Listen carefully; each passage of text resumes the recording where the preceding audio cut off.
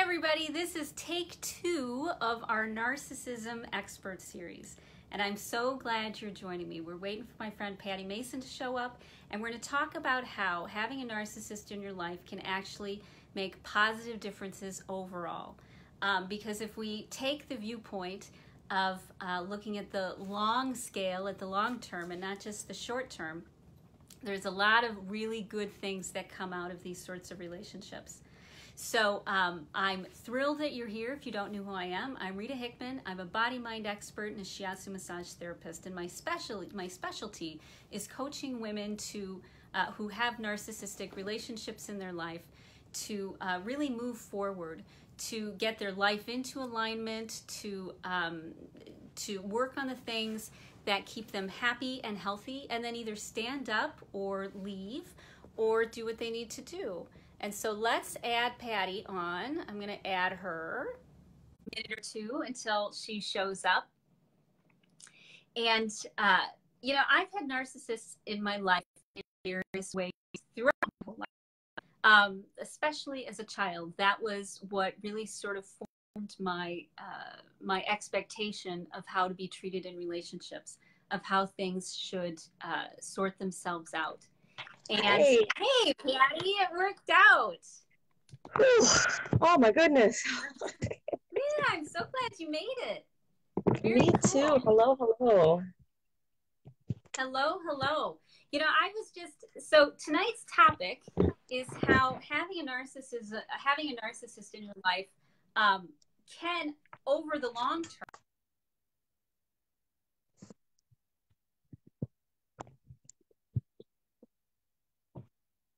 everything.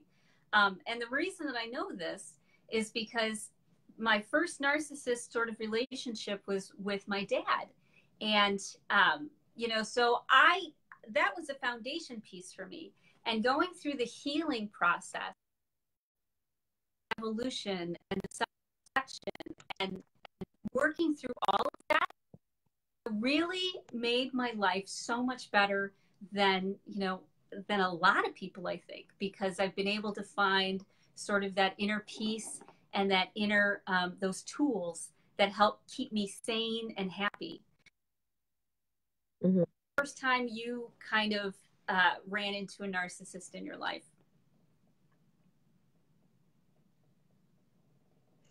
I'm sure that there were plenty of times in my life and I didn't even have a clue.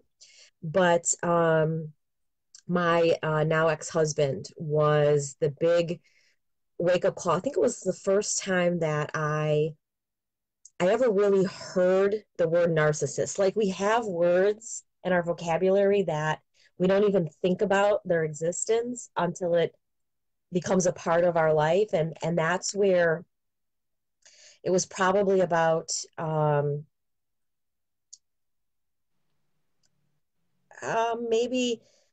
maybe about 6 months into our divorce. I went for some counseling, and they showed me the wheel of power and control, and started talking about the signs and behavior of a narcissist. And that's when it really like all came together for me, that that this was real, and that there are people like this that have a certain pattern of behavior that's very specific. And it just kind of really opened up my world to the toxic people that are out there, predators that are out there, narcissists, manipulators, people who are looking to alter the behavior of another person in a way that they want them to be. And I think that was for me the first relationship where I know that I was with a narcissist and had a relationship with a narcissist. So what were some of the signs to you that this wasn't a normal relationship? or this might not be a healthy Um, relationship? After I started to learn their behavior, I started to look back um, at my ex-husband's behavior, and a very perfect example of what he would do with me is I'm not the kind of person who asks for a lot of things, particularly material things and that. Um, and so I had at one point the strap on my purse broke. And I was just like, oh, I'll just go to the store, buy another, $20 purse, and it'll be good for a year, hopefully. And he said, no, he says, you got to buy a good purse that's going to last you. And, um, and he says, we'll go to the purse store in Lake Geneva, make a day of it. And he turned it into this special occasion. And we went there and I picked out the purse that was, the one that I wanted. And he bought the purse, and, we went home and we had, stopped for coffee on the way there, and, had just kind of made a day of it. And I was so elated and felt so special. And somewhere down the line, something happened, and it was something insignificant, but important enough that I needed to ask him a question about it. And I presented him with a piece of paper, and I said, what's this for? And right away he got on the defensive and was, well, why are you questioning me on that? Why, and then next thing I know, it was, I do all these nice things for you. And this is what you do. This is how you treat me, is you grill me on things, and you're asking me all these questions, and I need to have the answers right away. And, I didn't give you a hard time when you wanted a purse. What? And Right. like, I remember him saying that and putting that out there. And I was like, I don't even know what that has to do with this. And I didn't catch it at that time, but it was things like that that he would say. And as our relationship went on, it even got to the point of, well, that there's no one that would love you like I would. I'm, you can't be loved as much as the love that I give you, and no one would appreciate you like I appreciate you. And it was a lot of his words. And we met in church, and that was the first abuse. Was he tapped into something that was very dear to my heart, very personal, very intimate, and he used that to kind of draw me in, and then steer me. And he was just, he charmed everybody, everyone around us. He had that, he always started conversations with people. And not that that is a bad thing or a wrong thing, um, except he had an intention for it. When he wanted someone on his side, he was the most charming person. It was very intentional and deceptive, intentionally deceptive too. There was even anytime that I had a female friend that I would hang out with, he would say, "Oh, you're going to see, you're going to see Amy. Well, you should give me her number just in case something happens and I need to get a hold of her." Well, that kind of makes sense. So he would get her number then, and and then next thing I know, he would be messaging her, but not inappropriately messaging her, but hey, Patty's having a bad day and she's feeling down. And I was trying to think of something that I could do. What suggestions do you have? And he would start a conversation that way, and they would be like, oh. And I remember there was one time that we had a disagreement, and I went over to one of my friend's house to just kind of do the girlfriend thing and vent a little bit and, just separate for a moment. And I remember her saying, but he's such a nice guy. He does this and he does that. And I'm like, not really. He did, just because he made everyone around me think that he was such a great guy so that they would, be more on his side. Um, and he was very successful in a lot of those relationships. Mm-hmm. How did that end up affecting you, or how did that start to make you feel around all of that? Mm. Um, if nothing just if there's anything that can destroy your trust in the people around you, that for sure will do that. Because that's what it came down to. And here's where it really gets is scary is we were we had known each other for 2 years. We had been married for a year when he became physically abusive. And by that time, um, I I was very isolated. And it was a part of because of that where I was, had started to lose trust in some of the people that were around me. So um, I didn't know who my people were. I didn't know where my circle was that I could go. Who was the person that I could go to and confide into and trust and ask for help? And everyone that was around us, um, they were not, they were nice, but they didn't want to get it. They didn't want to have to, like, they didn't want to have to choose, which was really strange to me. Um, and, and so I didn't, so when everything happened, I didn't know where to turn. I felt very, very alone. And in a very vulnerable moment, you don't you don't know where you have to go or if you have, anywhere to go. And that makes it really easy to go back. Right.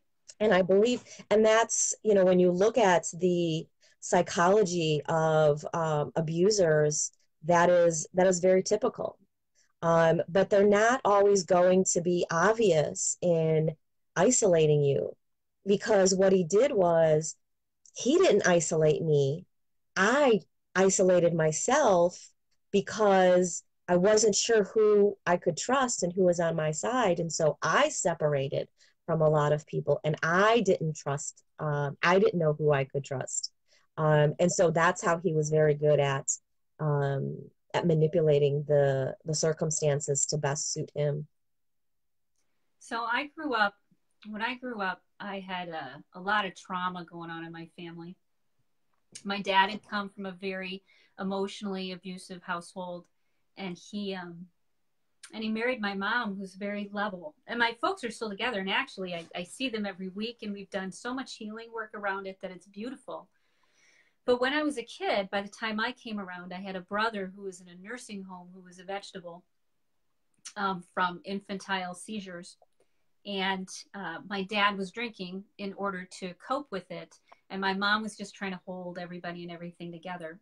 And so the household, it was a constant level of stress, a constant level of underlying anger, and and this very self-absorbed behavior of my dad. Everything in our family was focused on what would keep my father happy. What would keep things as smooth and calm as possible. Don't laugh too loud, don't cry, don't get mad, don't do any of those things.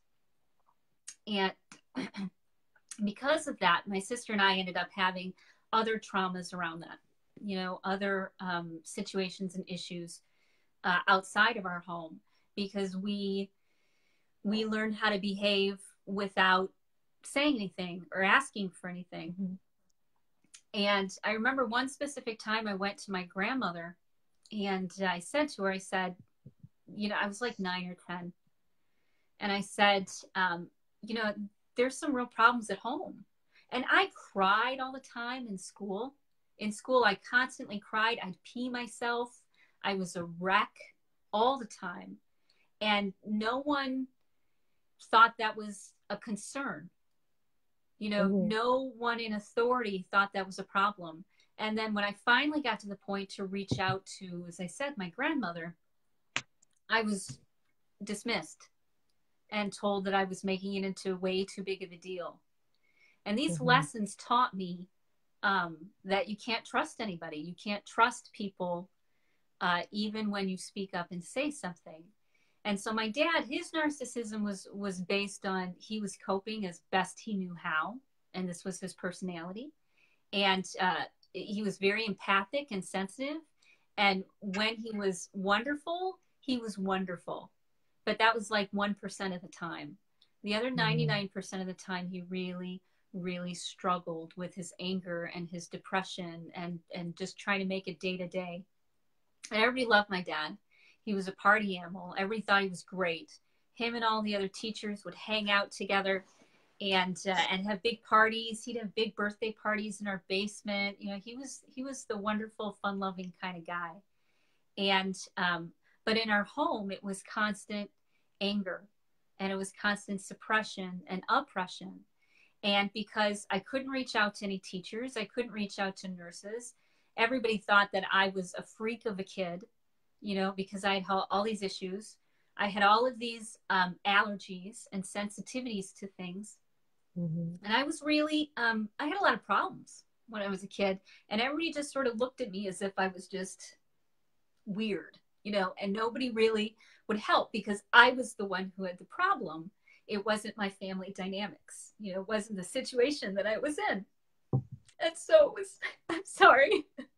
It's okay. So it was really kind of tough to go through that.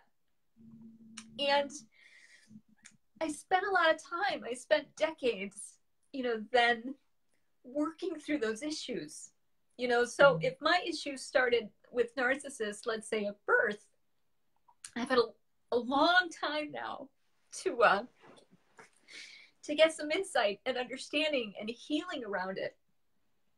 And one of the benefits that I got, hey Tara's here, she's the one from Australia. One of the benefits I got from being in that sort of relationship in my family is because I became very, very empathic. I became very sensitive to my environment. Now, the beautiful thing about that, you know, once you go through decades of healing, the beautiful thing about that is it means that you can enjoy life on a bigger level than other people do. It means that you have a level of sensitivity to beauty and love because when you're in the relationship with someone who is so self-absorbed and you have to be on guard all the time, constantly wondering, you know, we'd have these conversations in my family of who made dad mad? Did you make him mad? No, I don't know. Did you make him mad? Nobody would know, you know, but there would be this anger around.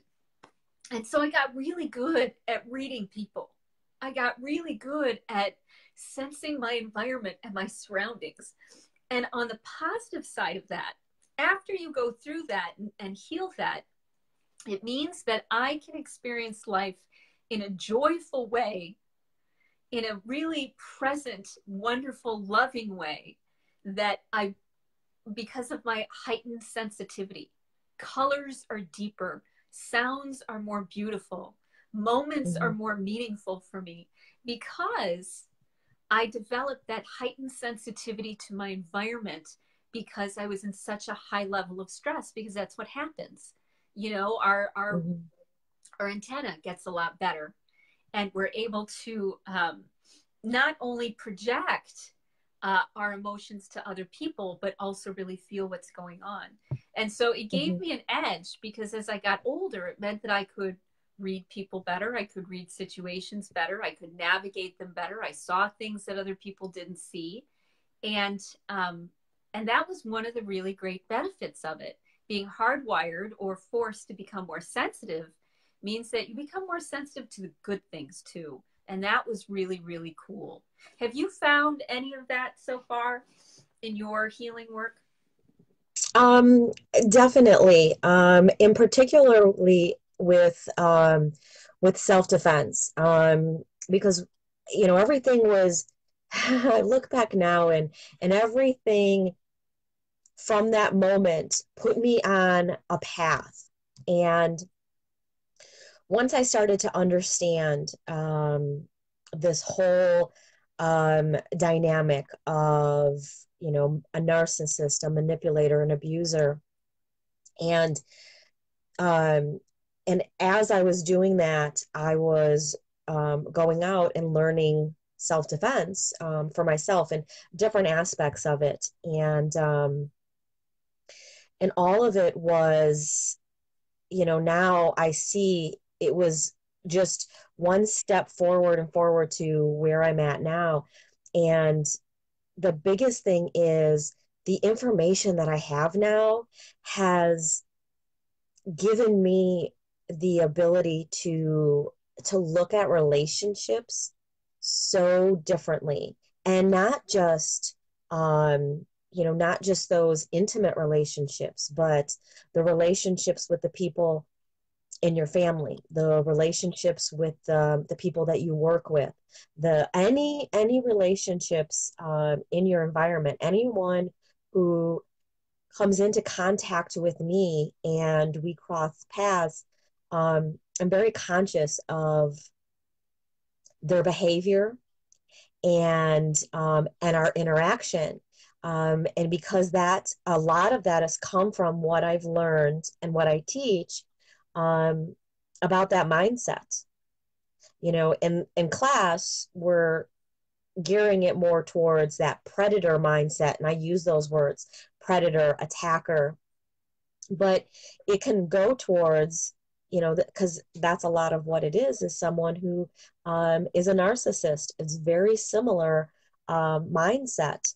Um, they have a lack of power and control in some aspects of their life, and to replace that, they take it from someone else. And um, the best example is when I think it was in the first year of my self-defense business, and I met a woman at a networking group who was another business owner, and she had a completely different business in a completely different industry, but we were in the same community. And um, and she contacted me and she said, "Hey, I know this lady who would be a great place to hold classes. Um, what do you think?" And I'm like, "Sounds great. Get me her information." And instead of giving me the information, she talked to the woman for me, and then played the mediator and wouldn't give me the opportunity to connect with the woman. And if I did, she was a part of it. She was always there. Whenever I would go to meet the lady, she was there. And then I did the class, and um, she put herself in it. Like she was not just helping me, but assisting me. And even her communications, like during the class, her questions weren't more of questions. They were like, I almost felt at one point she wanted to get up and come stand next to me, and teach the class too. Um, and then she contacted me after that and said, "So I've got this, other location." And I'm like, "Great, give me the contact's name and phone number and I'll set it up." Okay, great. Appreciate the referral. And then, she started to do it again. And then this is where I caught my attention and I was like, something's not right. And every time I tried to remove her so that I can do my business, she even sends me a message one day and says, "Here, I created a flyer for our class." And it's her business and the class, and my information was this little strip on the bottom. And I'm kind of scratching my head going, wait a minute. And I said, "Well, I appreciate that, but I actually have a flyer that I'm going to be using." And then she got very, defensive at me. And I was like, okay, and as you're seeing these, you start to kind of take note. And it was shortly after that, there was one more thing that happened. And I said, you know what? I don't think I'm going to be able to work with you. And I cut ties to end the relationship. And I have no regrets whatsoever of doing that.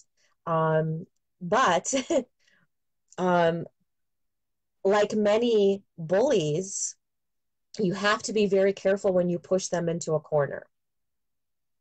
And she felt like she was being pushed into a corner, and all I was doing was separating from her. But to her, she was being exposed and being left out. And so she backlashed and she blasted everyone that we knew, what a bad person I am, and I stole from her and all this stuff, and blasted information to my customers, was putting stuff on social media. And this went on for months of just this constant. And everyone was like, first of all, we're just ignoring her because we know it's not true. But second of all, at a certain point, they all were like, get over this. This is all even done. And she impacted a lot of other people's lives that we were mutually connected with, because of this. That networking group that we both belonged to, um, she showed up for a meeting, and in the parking lot started screaming at the organizer because I was being allowed to be there. And the organizer said, listen, what's between you two is between you two and has nothing to do with this group. And so she went off on this woman in the parking lot, and belittled her, and then started saying bad things about her. And it turns out that she had some, internal issues, and she ended up resigning as the leader of that group. And that's the last time I ever saw her. And so her behavior impacted so many other people. But I don't think that I would have recognized that situation as quickly as I had,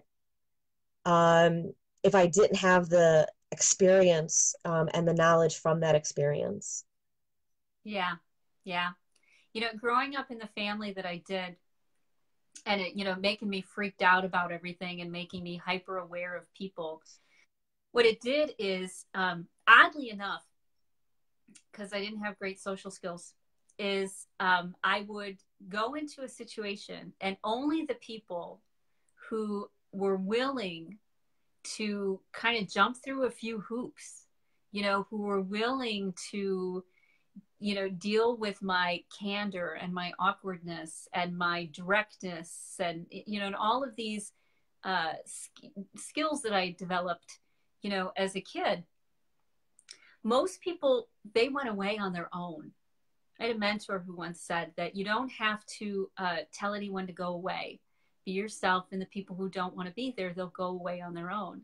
And so I was able to surround myself with really fantastic people. I ended up marrying somebody who's just awesome. One of the nicest men in the world, and I met him at 20. And, and his family were in 12-step programs, and, and so of course I liked his family better than mine. But it meant that I avoided a lot of problems that other people had to learn when they got older, because I was so strange, because of my lack of relationship and communication and social skills. I wasn't as desirable to people who were really screwed up, who were narcissistic, and they avoided me. And only the people that were like, gee, what's going on here? I'm curious about you. Who are you? And spent time with me and got to know me. Those were the ones that stuck around. So I ended up with really lovely people and avoiding a lot of other normal adult experiences. Somebody had a judgment of me once, And the judgment was that that I would put myself into situations that other people might consider, you know, a little bit riskier. And that kind of happens when you grow up in trauma. You tend to be more of a risk taker, you know, because you're more comfortable with the feeling of stress and anxiety and aggression, you know, and you're more comfortable with adrenaline. And which is another benefit that I got from the whole situation, is that I'm a better entrepreneur, I'm a better business person, because I'm able to take risks, and I can usually handle discomfort better than other Right. people. Right.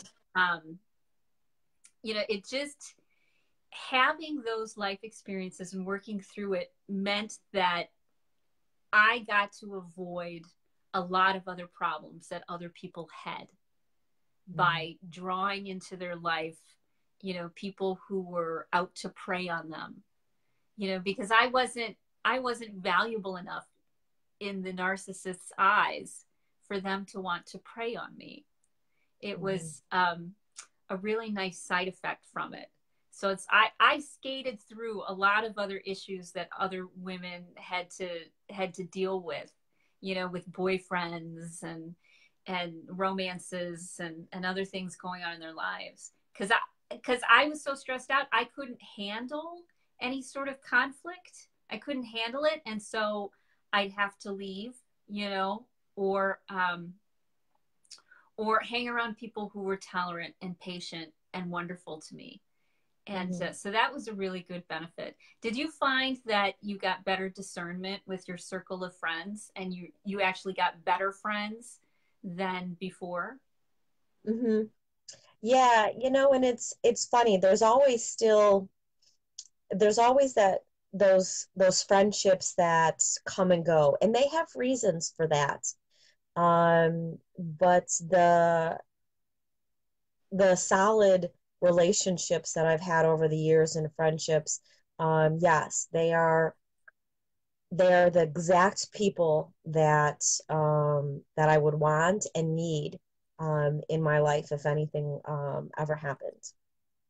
Right. You get much better discernment of the people in your life. You know, so because I had this high sensitive spidey sense, I could take bigger risks because I just knew which people to avoid. You know, it's like, okay, don't put yourself in this situation with this person because that would be bad. You know, don't do these things. And so I was kind of able to navigate and see from my heightened state of observation. You know, they've done some research on people who are in crisis have the ability to recognize nice people and people who will help them much better. It's, they can tell from body language and facial expressions.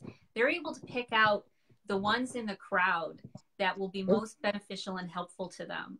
So when you're in a state of trauma or crisis for long periods of time, you get better at saying, okay, this person I need to stay away from, this person I need to draw closer to, because it's almost like you're even more attuned.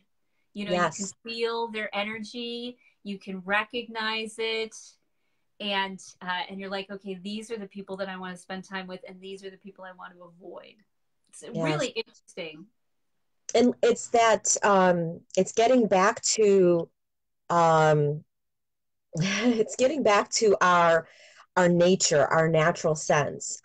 We all have basic instincts, gut feelings, no different than the instincts that animals have. Now, they have a little bit different instincts, but they have instincts, and we have them too. But as human beings, because of the power of our mind, we're the only animals on this planet that talk ourselves out of our instincts. Our gut tells us that something doesn't feel right. And, you know, we bring this up in, this is a huge, huge aspect of self-defense is listening to that intuition and being in tune with it and connecting with it and listening to it because it is telling you something. And there's an incredible book that I highly recommend. I bring it up at every single class, and I share it with everyone. It's Gavin de Becker's The Gift of Fear. Here is an incredibly powerful book. And he says in there, he says, anyone who has experienced a attack, for example, a violent crime,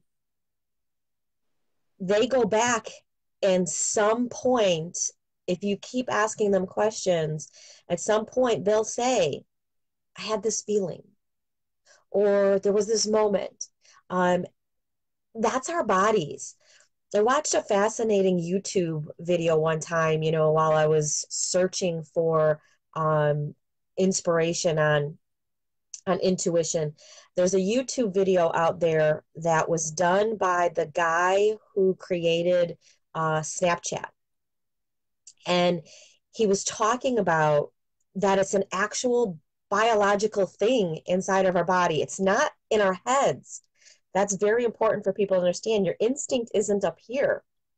Your instinct is in here, in your gut. And he talked about these chemicals. And when someone walks into the room and you're like, I don't know, I just got a bad feeling about that person. That's their chemistry mixing, wafting across the room to you and mixing with your chemistry and sending a message to your brain. So yes, if you get that feeling about someone that, I don't think that they're listen to that. And the more in tune you are with your body, the more that you will have those instincts, and you'll know. And that was one benefit that came to me, is because for the longest time, being in that trauma, and being forced to endure, those sorts of secrets, that, keeping everything under wraps, you really begin to not trust yourself. You don't trust anything, and when you're kind of raised that way, you don't know what to believe, because all you know is that your body is in a constant state of stress, constantly on red alert, and you don't get those subtleties. And doing my work, what happened is I ended up with much better intuition, because whatever you focus on, whatever you heal, whatever you want to work on is what develops. And because I felt that I had no intuition at all, that the people that I liked were bad for me and the people that I didn't like ended up being good for me, and I couldn't sort my head around it as to what felt good or what felt bad. And so I had to put a lot of work into that, into fixing it. And what it turned into is a confidence in myself that is palpable to people around me. A confidence that I'm like, no, I do know how I feel.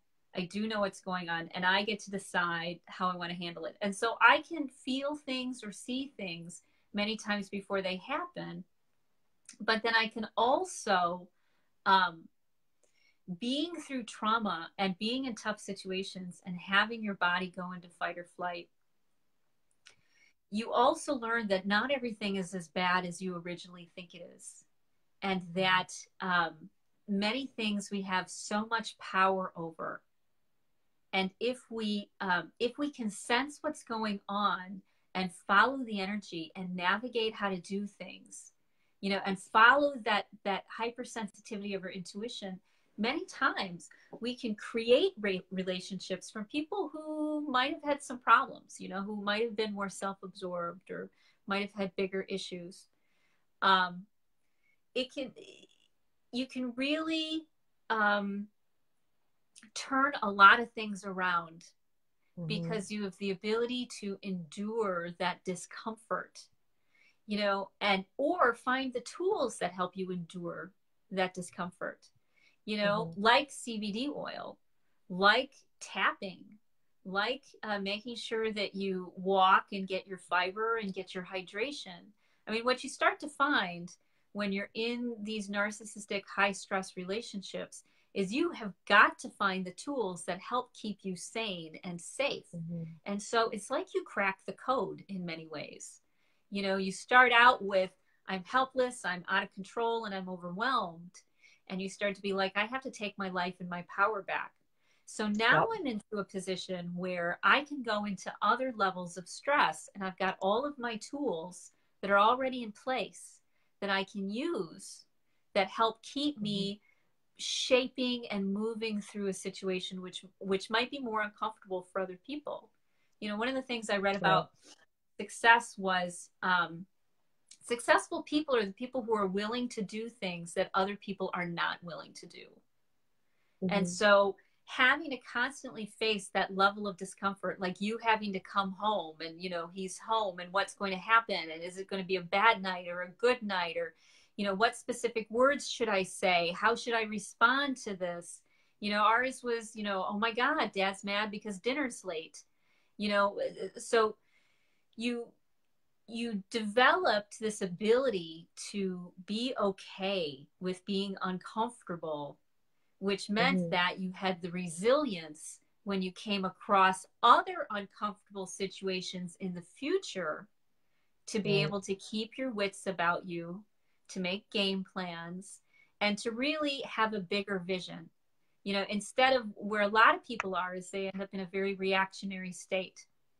And one of the gifts I was given is that I'm able to hold a vision that's years down the road or decades down the road, or even to the end of my life for the next generation. I can hold that vision and be in an uncomfortable situation because I know I'm in process. I know Mm-hmm. I'm moving there, and we have to go through this if we want to get to where I want to be. And most people don't have that. They don't have that bigger vision. They don't know who they are or what they want to do. And when you go through the fires of relationships like you and I have, you become pretty clear on who you are, what you believe, what you want, how you want your life to look. You know, because you're forced to go through that because you end up feeling so lost and so confused and so um, off balance Mm-hmm. that that's another one of those things that you focus on and you're like, who am I? So I started to ask, who am I? You know, when I first started my healing journey, who am I? What do I want? What do I believe? You know, because I was so, because those questions started so quickly for me, Mm-hmm. because I had become what my family had wanted me to come to, you know, to become.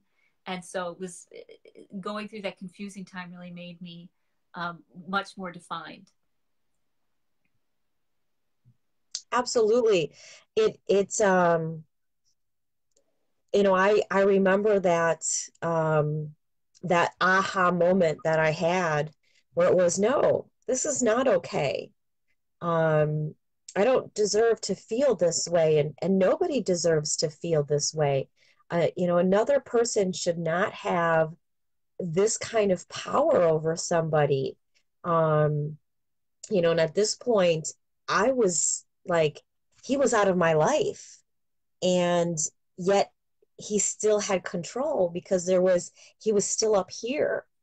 Yeah. And it was that it was that moment of, like you said, it's time for me to take back my power. It's time for me to become, you know, me anymore. It's become me again. And and and the biggest thing is, um know that it's a journey. This is not something that, um and I'm sure I'm still on that journey, and I'm sure you're still on that journey. It will be a lifelong experience, but I will, like, every time I overcome a moment, a trigger, every time I have, you know, I remember the first time that I saw him, um, after after our divorce, after I stood up for myself, after I had left. The first time that I saw him was in a very, very public place. And all of these emotions came back. Um, but I had a lot of tools at that point and was able to got on the phone with my support, put myself in a safe place, and then, you know, worked through it in my head, and was able to very quickly get back to a place where it didn't matter anymore. And you you climb that hill, and then somewhere down the line there's another one, and that you build on that. The more that you empower yourself, the more empowered that you become. And it sounds so simple, but it's so valuably true that you do. um, like 20 million examples, running through my head. And it has the ability to create um, a very powerful, very confident person. And I know that I've I've been involved and connected and collaborated with a lot of people who have been in different yet similar situations, and each and every one of them shares their story, and that empowers others. And not only do they share their story, but they go out and they're doing things that continue to lift them up and empower themselves. Whether it is the woman at the college who was raped by a classmate, and a very traumatic experience for her, and it lasted for a couple years until she had her aha moment, and went out and got her power back, and then went out and spoke to other college women, and continued to share her story, and used that experience. What I always say is, for a purpose bigger than you. That's exactly what you're doing here. Is there are so many people out there that that are struggling, or have been able to get the narcissist out of their life, but they're still in their head, and they don't know where to go. And you're bringing all of this information and all of these stories and all of these experiences and putting them out there. And it's a purpose, and it's a purpose bigger than you. And there's something about that when you share your experience, not only is it healing for yourself, but it gives hope to others, and kind of perpetuates this. And I believe that that's a big part of, you know, how we're going to continue to have aha moments, because we see what you've been able to overcome, the things that have happened in your life, and not only how they've impacted you, but how you've overcome them, and how you've controlled how they shape you. And just sharing that and just putting this out there, other people can now see that, and are more people are open to having that aha moment and saying, yes, I'm going to take my power back.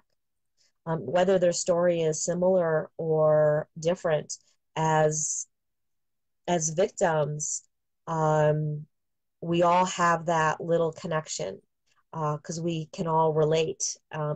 There is a level where we all relate, no matter what our experience is. And I think that's the key to this, is to know that where you're at is just where you're at now. You don't have to stay there.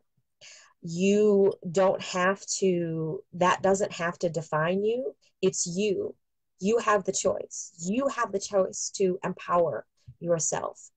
We're here to help you empower yourself. I can't empower you. I can't walk with you all day, every day, and hold your hand, just in case you're attacked. But I can give you the tools. I can share with you the tools that worked for me. The tools that I've learned are available, to not only protect yourself, but to also overcome. And the same thing is what you're sharing. These are all tools and resources of what people can use. But trust that you're worth it, and reach out for those tools. And that's that aha moment that you're going to have. And that's where things are going to move forward, and you're going to continue to have your power back. What happened for me was I also developed a level of compassion, because when you have to forgive things which are unforgivable, and we have to forgive for our own sanity, we have to forgive for our own inner peace. When you're able to Absolutely. forgive things which are considered totally unforgivable, emotional abuse, sexual abuse, physical abuse, and you have to make peace with it in some way, what happens is I ended up with a high level of loving compassion, because I had to look at, why does a pedophile do this? Why does a father behave this way? And try Mm-hmm. to come to terms with it without vilifying anybody, with saying, how do these circumstances and how the brain is shaped, and the chemistry and the DNA, how does all of that contribute to people making choices which are so harmful to other people?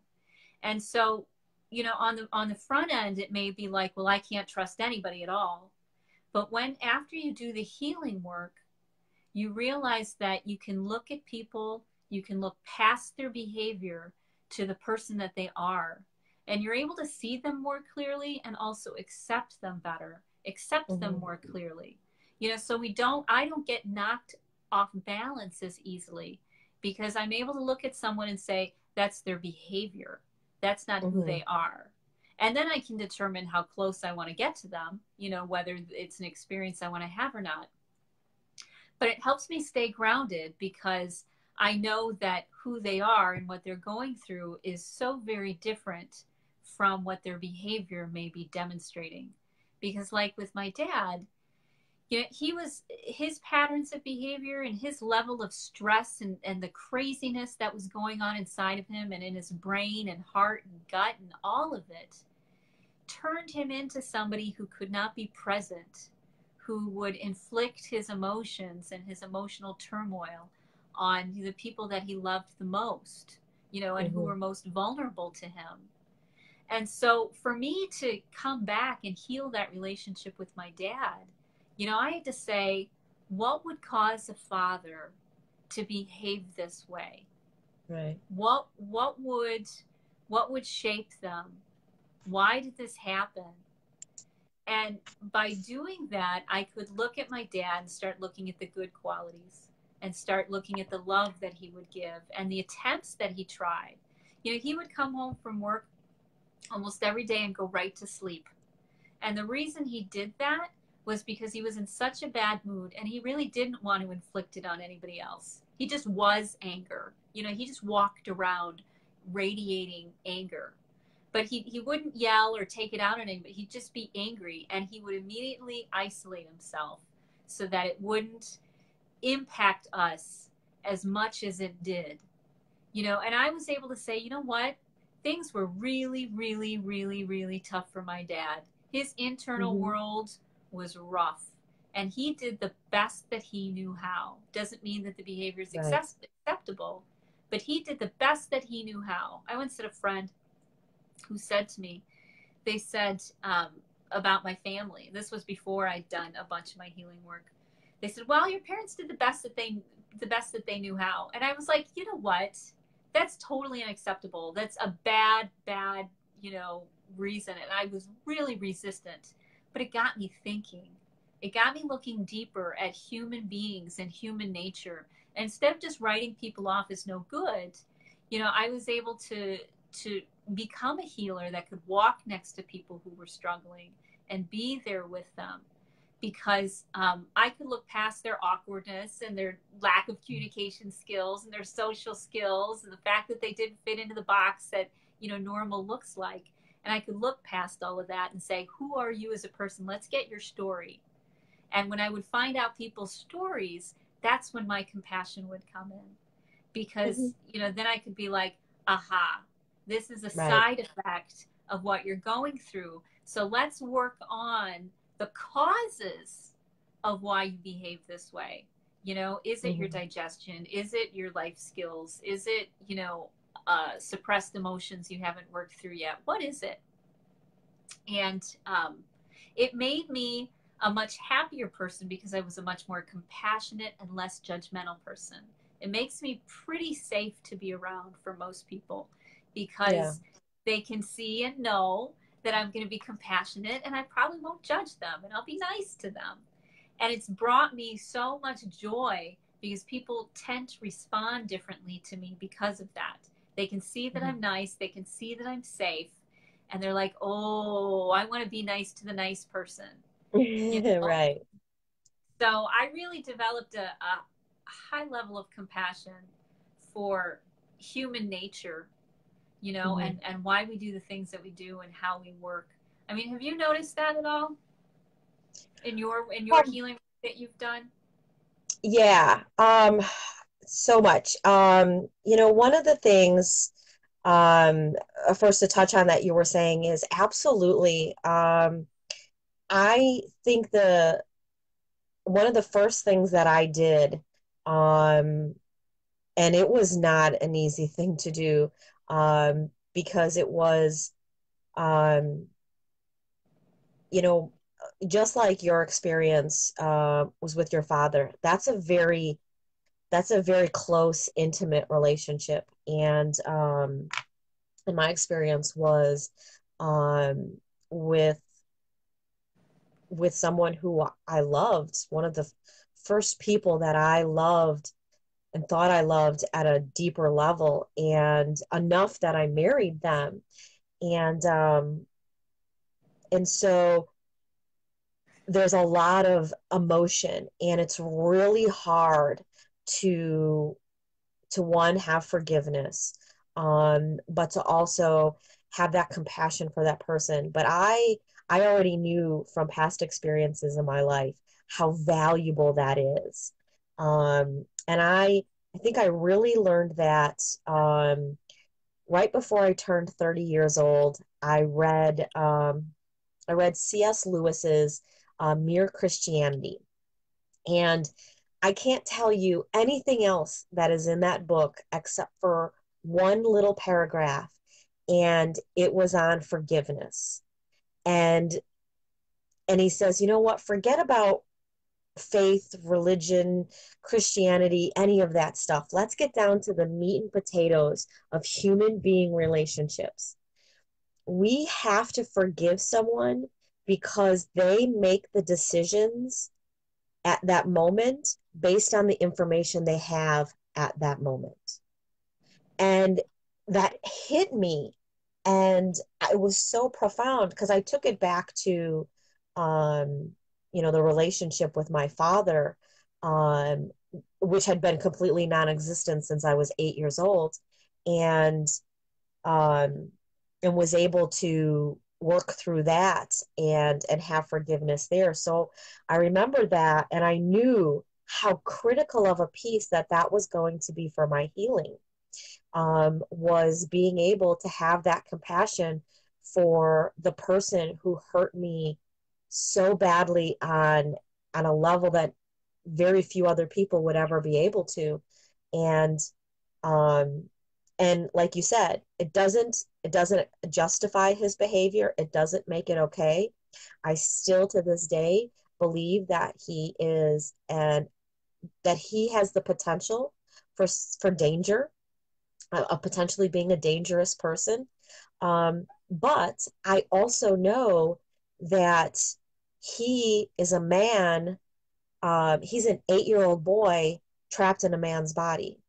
He had a traumatic experience, at 8 years old. And I believe that where that's where he switched. And to protect himself in his world at that age, he created in his mind an alternate world, and then proceeded to live in that world and go down that path. And everything that you look at, the words that he said, the way that he talked, everything goes back to he was the victim. He was always the victim. It was always everyone against him, all of these things. And everything deep in the meanings of what he said went back to that experience. And so understanding that and where he's coming from, absolutely. I have compassion, even to the point where um, the reason that he used that moment to physically attack me was because I had confronted him recently, and I had put some cards on the table that um, were potentially going to, if exposed, would expose him and who he really is. And that's his whole world was about protecting that. And so I became a threat. And it was like, pushing him into a corner where he felt that he was in a fight or flight situation. And it was either he was going to be fully exposed or he had to quash the enemy. And I was the enemy. And so therefore that's what he did, was he attacked the enemy. Um,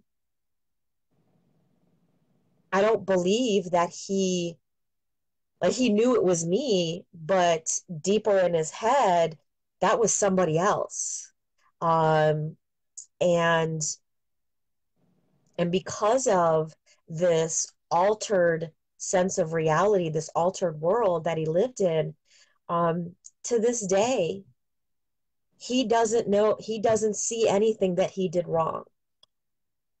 And he's spent time in jail, and um, he has domestic abuse and a battery, which, even though they are misdemeanors, they have the same penalties as a felony, and they're on his record. There is this, on there, but I didn't do anything wrong.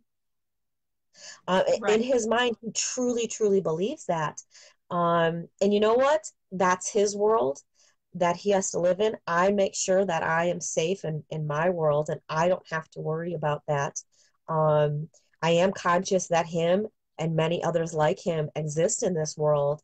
And so I stay aware and conscious of that, and use the tools and the knowledge that I have to continue to protect myself, um, because I have that vulnerability that I could have someone like that come back into my life. And so I stay protected. But I also, at the same time, you have to have compassion and understanding. But we know that like in your life, you decided that you still wanted this person in your life. And so you were going to do what needed to be done to protect you so that you could continue to have that person in your life. And we have to make that decision. Is it okay? Or, what are you okay with and what are you not okay with? And then move forward from there. And if you are going to have, and we all have people like this in our lives, like I said, whether they're people that bump into at the neighborhood picnic, or you work with them, or you're related to them, or you're in a relationship with them. Um, there are things that we need to do to protect ourselves. And a big part of that is how we take care of ourselves. And and getting into, because here's the thing, when you are interacting with these people, one of the biggest things that we keep talking about is recognizing, assessing, the situation, being fully conscious mentally when you're going to be in a situation where you're interacting with this person. If your head is not healthy, if your mind is not capable of being that level of awareness, then you're going to struggle. You're going to struggle with being able to do that, because your mind is maybe overwhelmed and exhausted and distracted from the stresses of life, or poor eating habits, or pain and inflammation that's inside of the body. If you have those kinds of things going on in your head, is focused on something else and constantly being pulled away, you're not going to have the necessary. And I'm not saying that you need to be, wide awake and alert at all times, but we we need to be conscious. We need to be aware. No different than, if I was going out this evening and, going to go run some errands and stop at a gas station, I get out of my car, I'm going to be aware of my surroundings. I do it in the middle of the day. And I do it because that's just the world that we live in. There are people that are looking for an easy target or someone who's vulnerable. And just being aware of your surroundings is a way to prevent yourself from getting in that situation. Well, it's the same thing with a narcissist. You need to be aware, and awareness starts with, how well you're taking care of yourself. Are you going to have the energy to be able to ride the roller coaster? And so are you getting enough sleep? Are you eating the right foods? Hemp oil, that's a big part of what I love about the power of phytocannabinoids and this endocannabinoid system that we have is what it has the ability to do for the brain in helping you be able to think clearly and focus. Even though you may have other things going on, that's what it does. I always tell people, it's not going to get rid of your stress. Your bills are still going to show up at your house. You're still going to, you're still going to get stuck in traffic. I haven't been able to take hemp oil and all the lights turn green. I'm waiting for that day. But you're still going to have those things, but you're going to be able to better think and process those individual moments and experiences in your life when you have that clarity of mind. So yeah, you got to eat some fresh fruits and vegetables. Yeah, you have to be drinking water. You have to stay hydrated. The brain needs water. And all those other things don't count. It needs good, clean water. And so, so a big part of just living in our world, let alone living with a narcissist in your life, we have to take care of ourselves. And that's what I love about this whole series is if you're catching on to what she's throwing, it's not about the narcissist. Everything she's been talking about, listen, I'm letting you guys in on the big secret she's been hiding from you. This isn't about them. This is about you. This is about you journaling. Every day I try to get into my journal and write at least 3 things that I'm grateful for every day. There's so many parts of my life that helps. And this is, another part of it. I live in a life of gratitude. And I may not show it 100% of the time, but in general, I'm happy because I'm happy, because I make that conscious choice to appreciate life, appreciate waking up in the morning and another day to breathe and another day to help other people. Right. And yeah. And that's what came out of my family, because we had gone through, I like to liken it to the survivors of a shipwreck.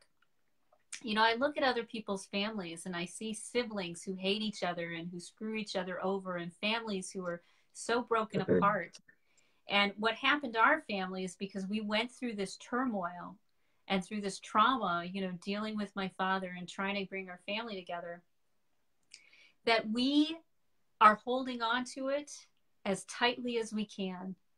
It's become one of the most precious things in my life for us to get closer, for my sister and I to get closer, my mother and I to get closer, for my dad and all of us to get closer. We've become so grateful to have this second chance. And I think whenever you go through a really difficult experience and you come out on the other side, you're like, I get another chance at life.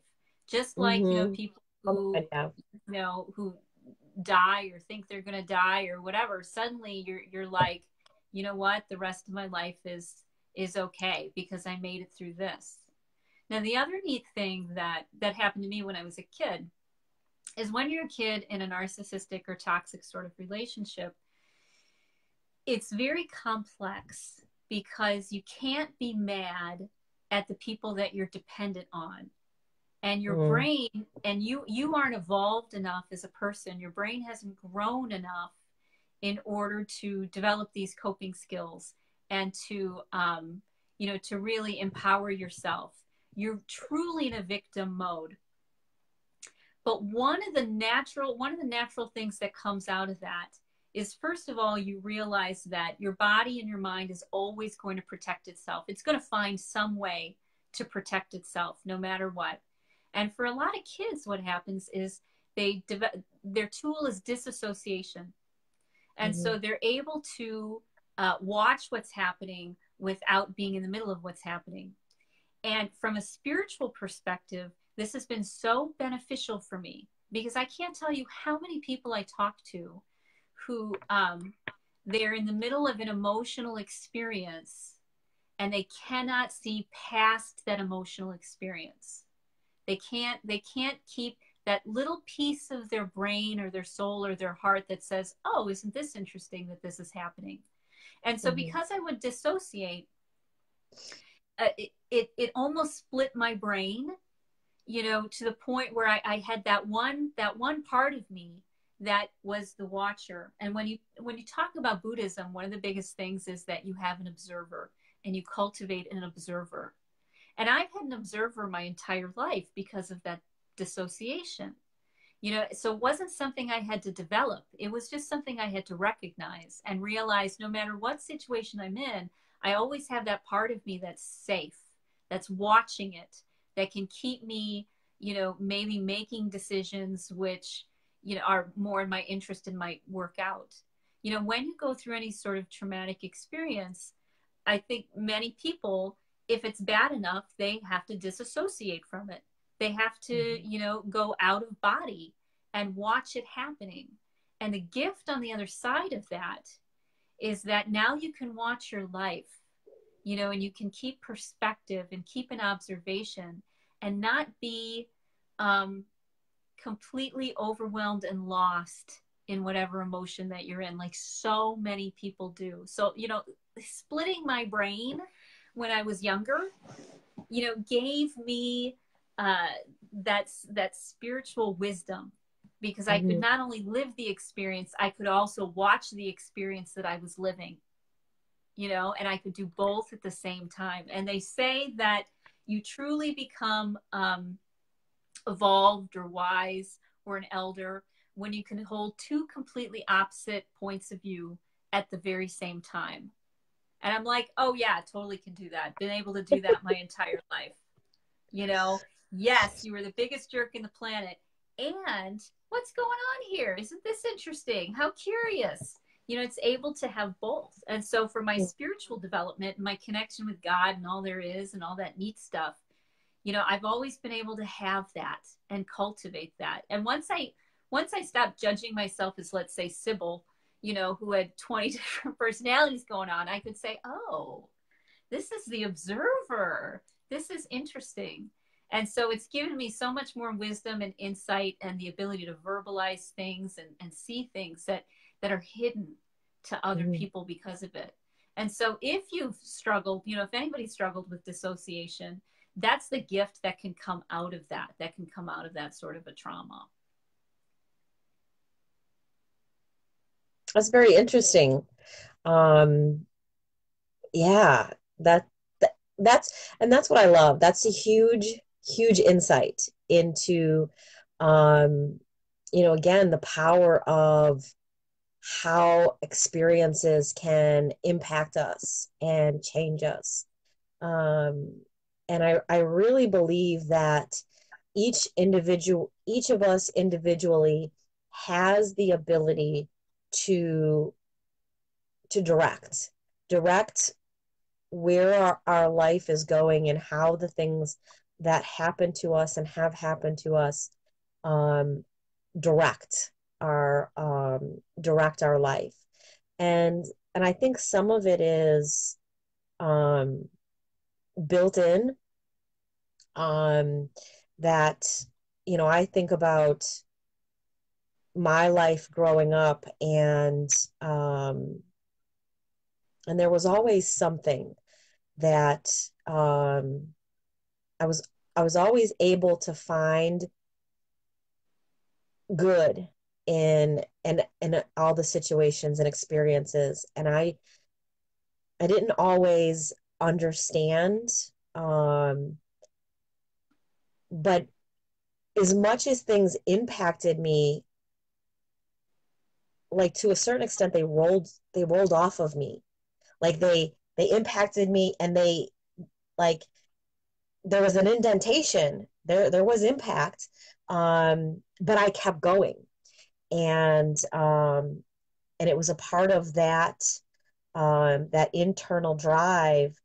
But I believe that everyone has the strength within themselves, um, to really choose um, what they get out of every experience in life. And your story is a perfect example, how someone can take a experience, and not only have you been able to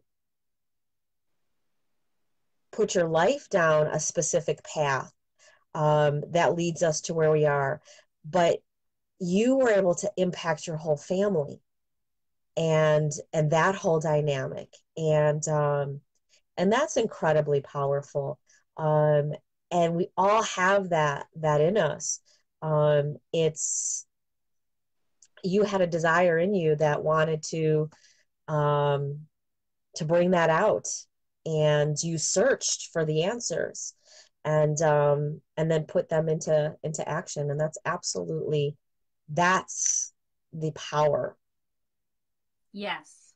And that's what comes from when you get to the other side of this stuff. As I said, I've been working on the healing process for decades now, and I started it when I was young.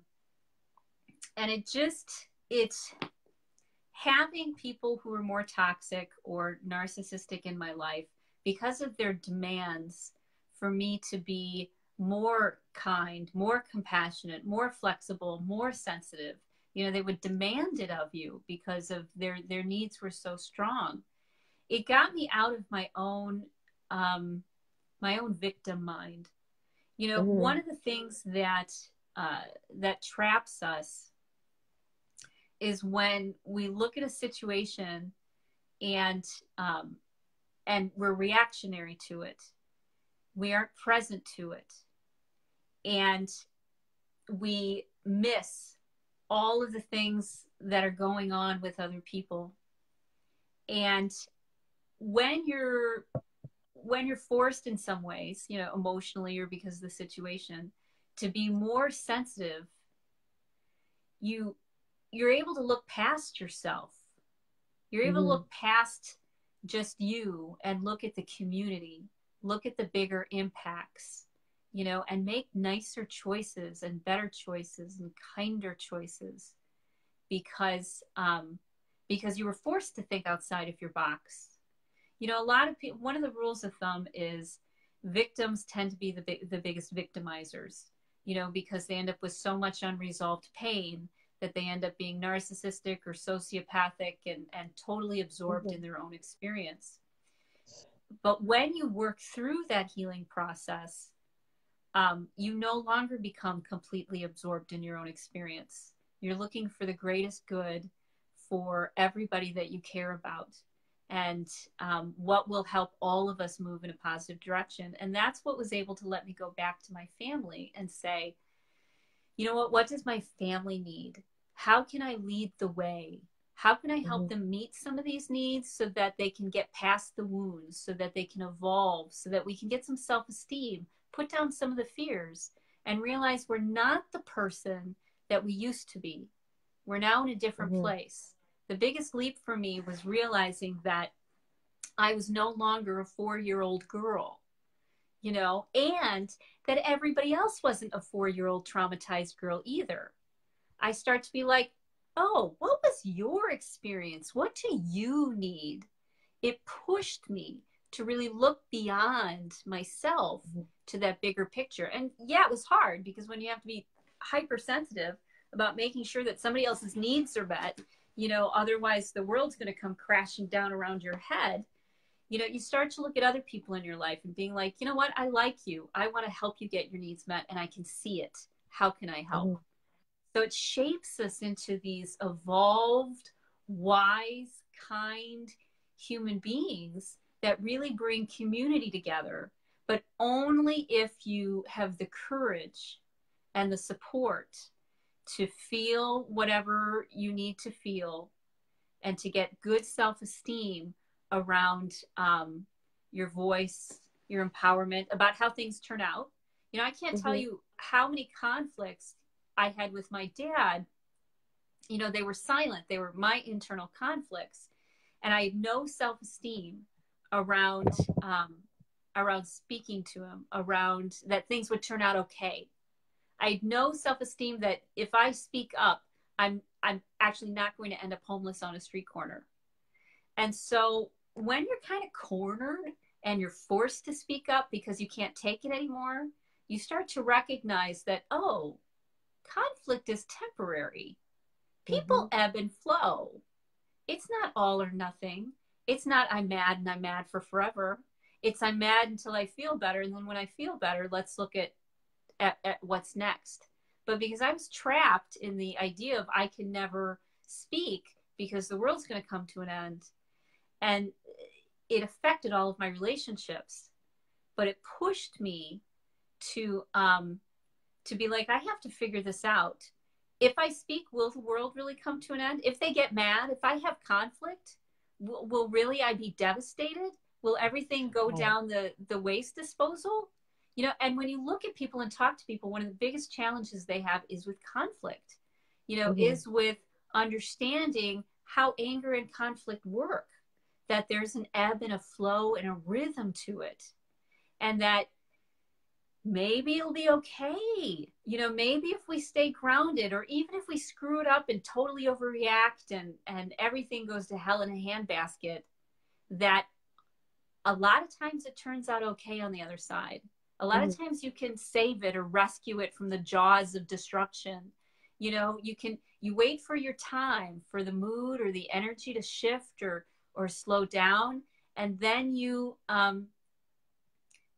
make the change. And that's what you watch for. You're like, okay, this is going to be like this. It's going to be like this for a few days, and then it's going to come back down, and then we'll be able to have this conversation. Mm-hmm. So Yeah. I'm much more comfortable with conflict than I ever was before, because I've got more self-esteem around it. I've got more experiences about how it actually works. Did you find Yeah. that too?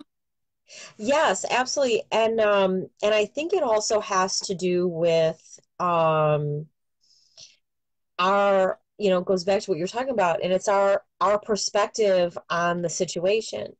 An experience comes up, an interaction with somebody, and you have the ability to, and you and I were talking about this very recently, the way that we respond, the words that we use, um, how we can, you know, and that's, and it goes back to being in a conscious place where your head is in a good place, your mind, your thoughts are, you know, in a healthy place.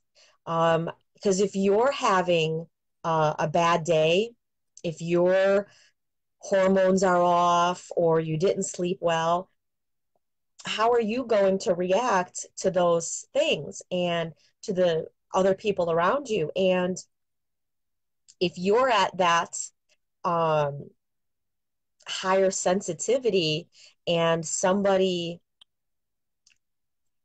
says something to you, or that toxic person walks in, and there's an interaction with them, it's going to go in a bad place, based on how you respond. And if you are not in a good place yourself, then that's where they're going to go and you're going to go. And then that's where you're going to have these conflicts where Right.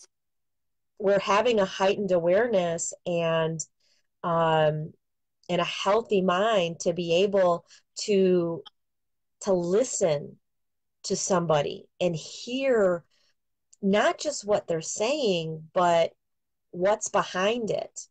Where you can say, okay, this person is there's something not okay with the way that they're trying to control or manipulate your actions. And you can then respond in a way that isn't isn't two rams, hitting heads, but where you're Right. actually, you know, totally unobviously taking their hand and guiding them. It's you being in control. And Right. sometimes the situation requires you to stand up for yourself and have a certain level of assertiveness. But it's not, and this was the key that I got out of what you and I were talking about the other day, is it's not about being assertive at that person. It's not, um, you're not going to do that anymore. You're not going to treat me that way anymore. It's acknowledging that that's who that person is for whatever reasons. Whatever That's reason. that's who they are. And so you walk into that space and you're like, okay, well, I know that this is how that person is. And so I know the deeper meaning of what they're saying. And maybe they just need someone to say something nice to them. I had a situation recently with another business owner that I work with, and we're kind of on the same team, and every interaction that I have with her, she has this aggression and animosity, and it doesn't matter what I say. I feel like I'm the enemy, and I'm like, I'm trying to be helpful. And we keep doing this. And so one, I know that she's got some kind of internal conflict with me, whatever it is. Um, I know, because I'm able to know a little bit about what's going on in her life. She is in a abusive relationship and has a narcissist in her life. And so because of what I do and who I am, that's an intimidating threat to her, because even though she's the victim, I'm one of the few people around her, and she's got good friends who are very outgoing, outspoken people that they'll say to her, "You need to get out of that relationship. And you need to protect your kids." And but I'm not that kind of person. I'm the person who says, listen, this is a very serious, dangerous situation where you and your kids are in a potentially life or death situation. And this is the reality. I'm the person who's going to open the book and say, narcissist, abuse. I'm going to give it words that she may not be comfortable with. Now, because of the knowledge that I have, I'm able to like totally dissect 30 seconds worth of information that I have about her and fully understand where she's coming from. But because of that, I know one, that advice from me is not healthy for her. It doesn't, it's, she has to protect herself from what I say, even if it has absolutely nothing to do, with a relationship. And I could be like, hey, you should, you want to drink some water? Would you like some water? And what makes you think I want water? Because I was pouring some for everybody. That's the reaction. So I know that that's what it is. And I have to choose what moments that I interact and how I interact, but also um, every opportunity that I can find where I give her love and compliment her, I do it. Because, well, one, she needs that in her life, and she's not getting it, um, even from the circle of people, because of how she's treating her friends and the people near her that try to help her. So she just needs love. She doesn't need me to offer her water, offer her advice, or help her in any other way, except to just show her and let her know that I'm a loving and caring person. And if you ever want someone to trust, I'm here. That's the role that I have to recognize in our relationship is, um, if she sees me coming in as any form of authority or anything, and even just as simple as, can I fill your water glass? To her, that is a threat, and I have the ability to be able to recognize that, and maybe my compassion and kindness can have that impact on her life. That's all it is. But I have to be around her. I have to work with her, and so I need to be aware of our dynamic in our relationship. Now, that doesn't mean that I walk on shells when I'm around her. I am still me, and that's a key component to what we're talking about is you still need to be true to you and who you are. But you have the gift, we'll call it that, the gift, the blessing, the opportunity to utilize that. And so what you had said to me the other day was absolutely brilliant in your words is, I know you're going to do this again. I know that this behavior at some point is going to repeat itself. And I'm not going to tell you that there's an ultimatum or it's not okay or whatever. I'm just going to tell you that when you do this, this is what I'm going to do. And it's I'm completely open and to my feelings, and that's um we need to be we need to take ownership of our own feelings. um we also at the same time need to understand that our feelings are just as important as someone else's, and because of that, it's not a I I'm not going to go to her and say, listen, you can't talk to me like that, because then that's me pushing her feelings down. And even though I deserve to be respected, she also doesn't deserve to be hurt. And I may not be trying to hurt her because I'm just asserting myself that I need to be respected. And when you're in the same room as me, you need to respect me. And I'm just being kind to you. My feelings are important, but so are hers. And I take on the responsibility as the wiser person, because of the knowledge that I have from my experiences, to go to her and to say, instead of that assertiveness of, here's my kindness, Right. and and if I want to be respected, the best way to do that is to respect her where she's at and not require her to come to where I am and to respect me this way. I can get respect from her, but I have to accept it the way she gives it. Yes. if You that know, makes sense. I feel it. there's a philosopher from the 50s. Her name is Eva Perakis. And one of the things she would talk about was that the person who is more spiritually evolved in a relationship has the responsibility to guide the relationship.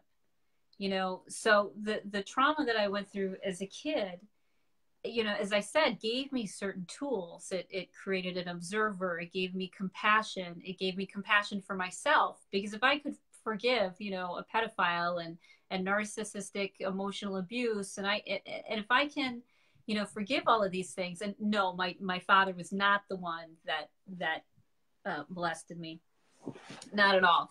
He was just struggling with his own emotional issues. This was kind of a side effect of how I was shaped, that it made me more of a victim and easier prey. So, but it's because I've been through these experiences and I've had to work through them and process through them, it gives you insights and understandings and clarity about people. And you can see them and you can say to yourself, okay, this is the direction I want the relationship to go. You don't leave it kind of for, you know, catch as catch can, and well, I'll just deal, you know, we'll just deal with it when we come to it. You're more like, I see who you are, and let's try some of these strategies of kindness and love and support and see if we can help shape you into a healthier version of yourself. You know, because we become most like the 5 people we spend the most time with. And when we do that, if you spend time with people who are kind and loving, that starts to imprint on you. And it starts to change your thinking and your behavior and how you relate to everybody. And so, you know, me as the person who, you know, who's been processing through, you know, trauma for decades, is the one who is now responsible for helping the people around me love themselves more and respect themselves more and make better choices. And so, you know, a lot of times narcissists really don't have too many friends. They've got a lot of, you know, acquaintances and people who really like them, but they don't allow much intimacy and closeness and vulnerability. And I can feel that defensiveness and that wall in people, and I have the ability to look past it and say, I know nobody really likes you because you're kind of a jerk when they really get to know you, but I see you. I see what's going on, and I'm able to keep that objective opinion and be like, okay, let's see if these things work. You know, it's not taking ownership for how they feel. It's not it at all. It's taking ownership for how I relate to them and how I want to impact or influence their life. You know, and then that'll just go the way that it does. You know, do I want to impact it in a helpful way? And sometimes it means something that's tough. Sometimes it means something that draws a line, because many times when people are in pain, they can't, it's hard to get past that pain. They need something that's a little bit more vibrant. And so I'm able to look at a situation and choose which reaction or which strategy I kind of want to use to take us in the right direction. Is right now the time that I need to be more vulnerable? Is now the time that I need to be more assertive? Do I need to set a very clear boundary so they understand that I respect myself and I expect them to respect me? So it's not always, you know, fun and fuzzy and cute and adorable. Many times it can also be, no, this is, you know, and I'm going to storm out in order to make the point, make the impact so that it's memorable. I did that with my dad once at breakfast. You know, it was the very beginning when I first started to go and do breakfast with my family every Sunday. And he started to kind of go after my sister for a choice that she made at work, you know, that she was unsettled about. And he started to really go after her. And I let myself get mad. You know, I let myself be angry and practically walk out of the restaurant. And it's a small restaurant. We eat there every Sunday. It's a total hole in the wall. Half of it in the back is a bar. They don't have any fresh vegetables or fresh fruit of any kind. You know, it's safest to go with the hard-boiled eggs, you know, and bring your own tea and bring your own, you know, country crock or whatever you want to bring. So it's small. it's got like 15 tables. And I'm standing there ready to walk out because I needed to make this point. I needed to demonstrate to my father that it was not okay that he treated my sister in this way, so that it would be memorable for him. And ever since, not a problem. So we have to, love isn't only kindness and, and nurturing that way. It's also helping people recognize, look, if you want better relationship and social skills and you want more people in your life to want to spend time with you, you need to shift these behaviors. And if I'd rather that I be the one to do it because I love you, I'm going to keep coming back. I don't want some stranger to do road rage on you and, and now your car's totaled. You want me to do it because I'm looking out for your best interests and I love you. So that's one of the neat things about that I've developed through doing the healing work, past the narcissism is you get past the idea that love has to be pretty. A lot of times love is much bigger than that, and it's good to do it with intention. Yes.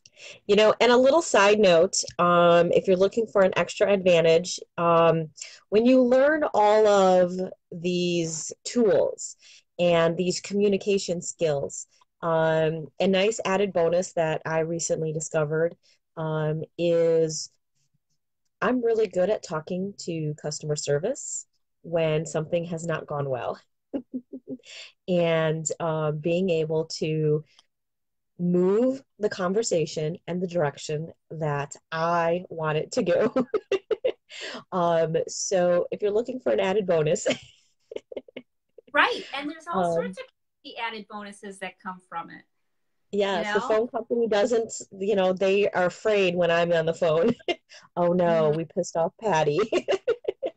Right. That right. Just recognize what energy is needed for what situation. And you go with it.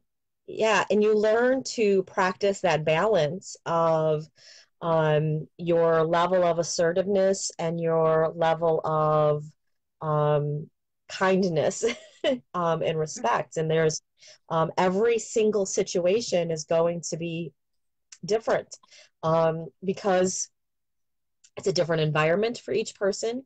It's a different, a different interaction, the people, the players. Here's a perfect example is you and I have two totally, completely different stories and experiences, yet there's so many similarities to it. And we have the ability to come together and talk about our experiences and where we've come since then. And yet it's two totally different experiences. Your environment as a child with your father, my environment as an adult with this other person, and and it's always going to be different. And I think that's the key to all of what we're saying is an excellent human skill that you can acquire is all of these tools, the consciousness of being able to see somebody, every single person that you interact with, not just as another human being, but another human being who has their own life and their own traumas and their own experiences, and the ability to meet that person where they're at. That is not only going to help you in your personal relationships, it's going to help you in your business relationships, and all of the interactions that you have is that that skill of being able to recognize that person and then assessing the situation and what's the best way for me to communicate to this person so that my message gets across to them.